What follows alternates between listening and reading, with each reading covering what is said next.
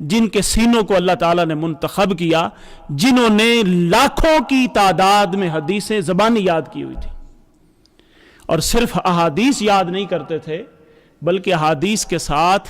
جتنے ان کے راوی ہوتے، چینز، جتنی بھی ان کی اتھارٹیز ہوتی، ان کے نام ان کی ولدیت سمیت یاد کرتے، جتنے بھی ان میں نام آتے ان کی ساری، ان کا شجرہ بھی سارا یاد کرتے، اور پھر آخر میں حدیث بھی یاد کرتے۔ یہ اہتمام الوہی ہے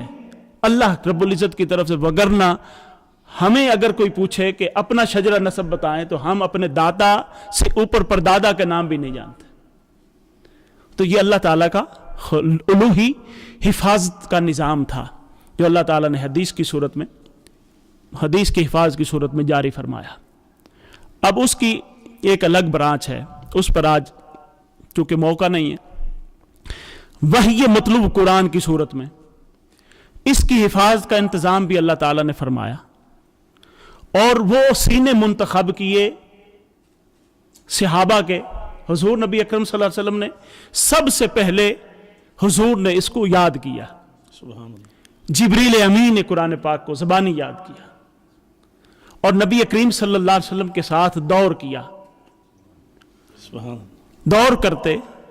اور سرکار حضرت جبریل امین کو سناتے، جبریل امین حضور کو سناتے۔ اب اندازہ کریں کہ اس قرآن پاک کے کتنی عظمتیں ہیں، کن کن سینوں سے یہ گزر کے آیا ہے۔ اور رمضان شریف جب حضور نبی کریم صلی اللہ علیہ وسلم کا آخری رمضان تھا اور آخری اعتکاف تھا، اس رمضان میں حضور نے 2 مرتبہ دور کیا،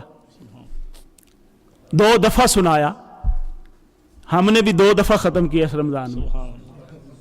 حضور کی اس سنت پہ عمل کیا، ہم نے بھی 2 دفعہ ختم کیا، ایک آج ہوا اور ایک انشاءاللہ 27ویں کو ہوگا۔ تو حضور نبی کریم صلی اللہ علیہ وسلم نے پھر صحابہ اکرام کو یہ ذمہ داری دی، اور ان میں بھی سلیکٹڈ صحابہ تھے جو اس کو یاد کرتے تھے۔ تو اللہ تبارک و تعالی نے وہ نفوس قدسیہ منتخب کیے، جن کے سینوں کو منتخب کیا، اور وہ تسلسل کے ساتھ قیامت تک قرآن پاک کی حفاظت کا یہ نظام اللہ تعالیٰ نے ایسا جاری کیا ہے، ایسا جاری کیا ہے کہ کائنات میں جتنے بھی اس وقت پرنٹڈ قرآن پاک ہیں، اگر خدا نہ خواستہ خاکم بدہن کہ اگر ایسا ہو جائے کہ قرآن پاک فزیکلی ختم ہو جائیں، جی، مگر حافظوں کے سینوں سے قرآن کوئی نہیں مٹا سکتا، کوئی نہیں مٹا سکتا، وہ اسی طرح محفوظ رہے گا۔ اللہ تبارک و تعالیٰ نے اس کا تعلق ظاہری اسباب کے ساتھ جوڑا ہی نہیں ہے، اس کا تعلق سینوں سے جوڑا ہے، روحوں سے جوڑا ہے، قلوب سے جوڑا ہے۔ ایک تو یہ حفاظت کا نظام، سبحان اللہ۔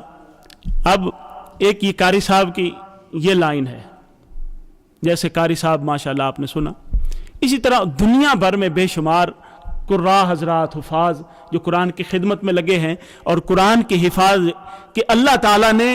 اپنی حفاظت کے اس سلسلے میں ان کو ڈال لیا ہے، جوڑ لیا ہے۔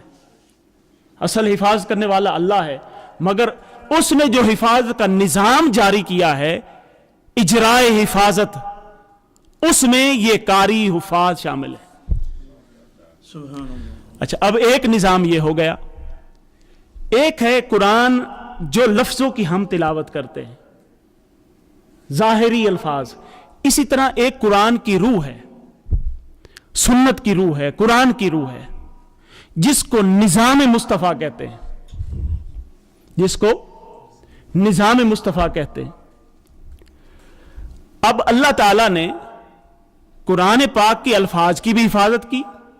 حدیث پاک کے الفاظ کی بھی حفاظت کی، اور اس کے ساتھ ساتھ اللہ تبارک و تعالیٰ نے ایک ایسا نظام جاری کیا کہ ان قرآن اور حدیث کی صورت میں جو نظام مصطفیٰ ہے، جس کو دین اسلام کہتے ہیں، اس کی بھی حفاظت کی ذمہ داری اللہ تعالیٰ نے لی۔ وہ پھر عام قاری اور حفاظ کی ذمہ داری ان کے بس سے باہر ہے، ان کے بس سے باہر ہے کہ جب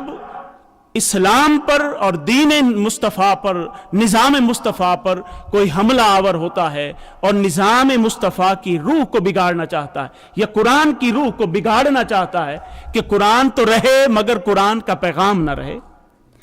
قرآن اور حدیث پڑھی جاتی رہے مگر معاشرے میں اسلامی نظام نہ ہو، نظام مصطفیٰ نہ ہو، ایسے بگاڑ میں جب ہو تو اس وقت اللہ تبارک و تعالی نے حسین جیسی ہستیاں پیدا کی ہیں کہ جو پھر قرآن، یہ قاری صاحب تو بچائیں گے نا کہ لفظی تعریف ہو رہی ہے تو اس میں کریکشن کریں گے، جب نظام میں تعریف ہو رہی ہو تو پھر امام حسین جیسی ہستیاں اپنا سر قلم کروا کر نظام مصطفیٰ کی حفاظت کرتی، سبحان اللہ سبحان اللہ، پھر وہ ہستیاں آتی اللہ اکبر، اور پھر وہ ہر دور میں آتی ہیں، اللہ اکبر، ایک دور میں نہیں، ہر دور میں، ہر صدی میں، کوئی صدی اس طرح کی جو نظام مصطفیٰ کی حفاظت کرنے والا شخص، کوئی صدی ایسے شخص سے خالی نہیں ہوتی، کیونکہ ہر صدی میں نظام مصطفیٰ میں نقب لگانے والے بھی آتے ہیں، اس کو برباد کرنے والے بھی آتے ہیں، اور پھر اللہ تبارک و تعالی، یہ چونکہ الوہی نظام ہے اور اس نے فرمایا کہ انا لہو و نحن انا نزلنا الذکر و انا لہو لحافظون، کہ ہم ہی اس کی حفاظت کریں گے، تو اس کی حفاظت کا نظام ہے، کیونکہ پھر یہ عام بندوں کی، عام حفاظ کی، عام اماموں کی بات نہیں رہ جاتی، پھر امام حسین اور پھر امام حسین جیسے غلام، ان کے غلام پھر دین اسلام کی حفاظت کے لیے آتے رہتے ہیں، اور الحمدللہ اس صدی میں حفاظت نظام مصطفیٰ کی ذمہ داری منہاج القرآن کے پاس ہے، حضور شیخ الاسلام ڈاکٹر طاہر القادری کے پاس ہے، وہ ہر سطح پہ حدیث کی حفاظت کا کام بھی کر رہے ہیں۔ یہ ابھی جو آپ نے دیکھا کہ معارج السنن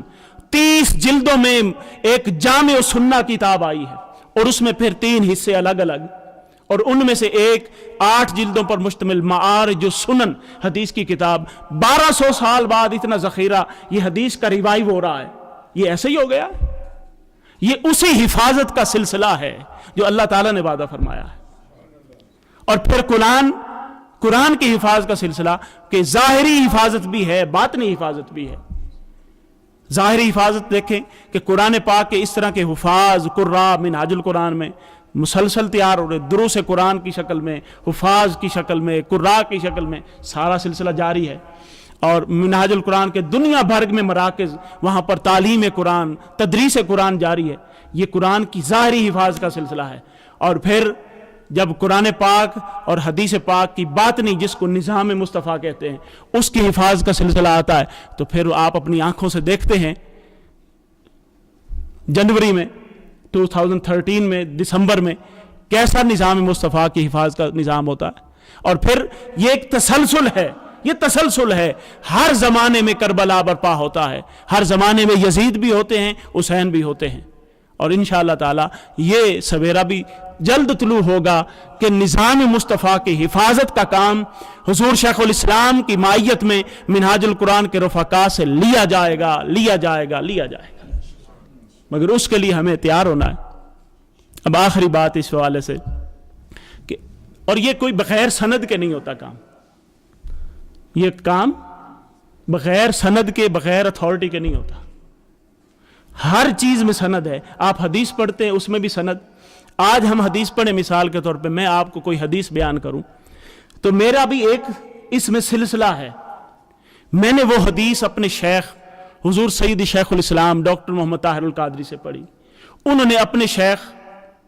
پھر اپنے شیخ، اسی طرح حضور نبی کریم صلی اللہ علیہ وسلم تک سلسلہ جاتا ہے۔